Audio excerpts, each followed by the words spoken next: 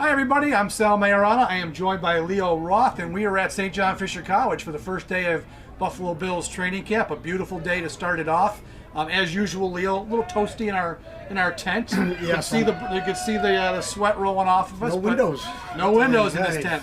Well, this is what we've been doing every year. After practice, we try to get together and give you guys a feel for what we saw today. And Leo was a typical first day of camp. I mean, the offense is always going to be behind the defense. There were plenty of bad plays, a few bad throws by Josh Allen, some drops, some miscommunication.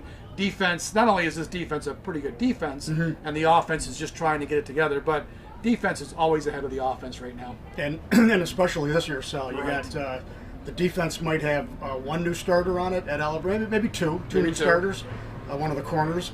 And meanwhile, the offense, the line's going to have four new guys. Four new guys. Four new guys on the line.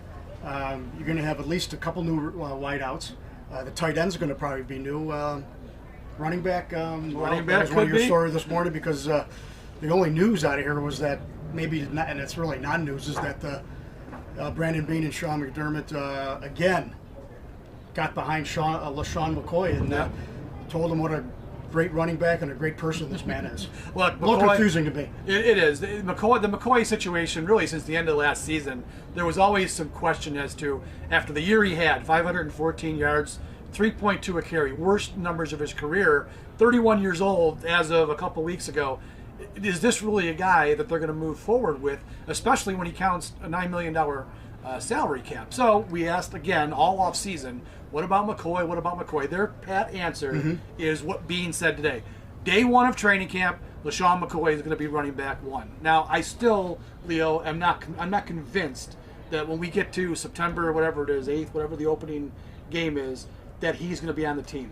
It's a $6 million salary cap number that they could save if they cut him, and they don't need the money this year. But Leo, I just don't see the value that McCoy brings. I don't know. Do you have a different opinion on that? No. I think I think we've been on the same page for this for about a year, Sal. And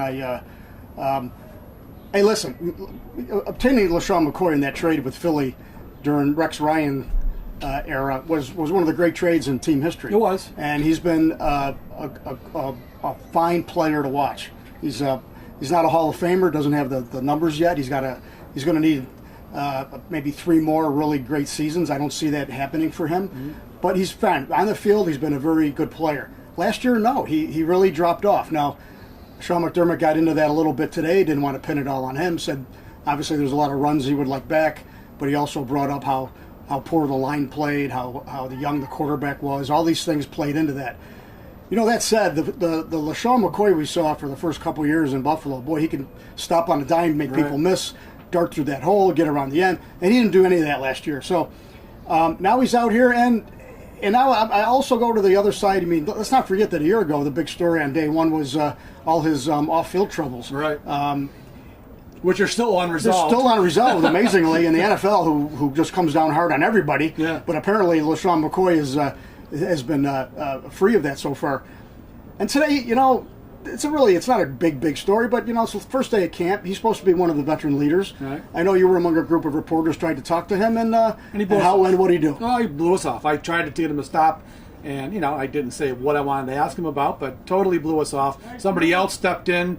He got angry with him and blew him off. So we're going to talk to him maybe Saturday or Sunday, according to the Bills PR. But, you know, look, Lesean McCoy, whether he's here or not, Leo, this team has to be better on the offensive line. That was an issue for McCoy last season. And based on what we saw today, Leo, they are so far away from figuring out who the 5 are going to be. I'm not sure they're going to know on day one who the 5 are going to be, based on what we saw, all the switching today. So we started out, everyone wanted to see who the starting 5 were, and it was Dawkins on, you can help me out with Deion this. Dawkins was left tackle, left. Quentin Spain was left guard, Morris was the center, Spencer Long was the right guard, and Ty Nseki was the right tackle. And I think Feliciano was at right guard as well. They moved him in too. They brought in Cody Ford. They brought him Cody Foster was that right? Cody Ford.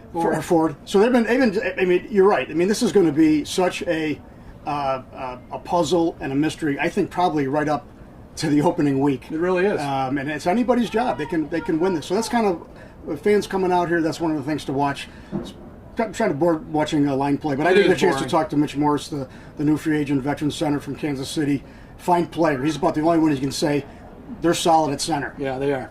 All right, for Leo, I am Sal. We're going to sign off. We'll be back here tomorrow for day 2 of Buffalo Bills training camp at St. John Fisher College.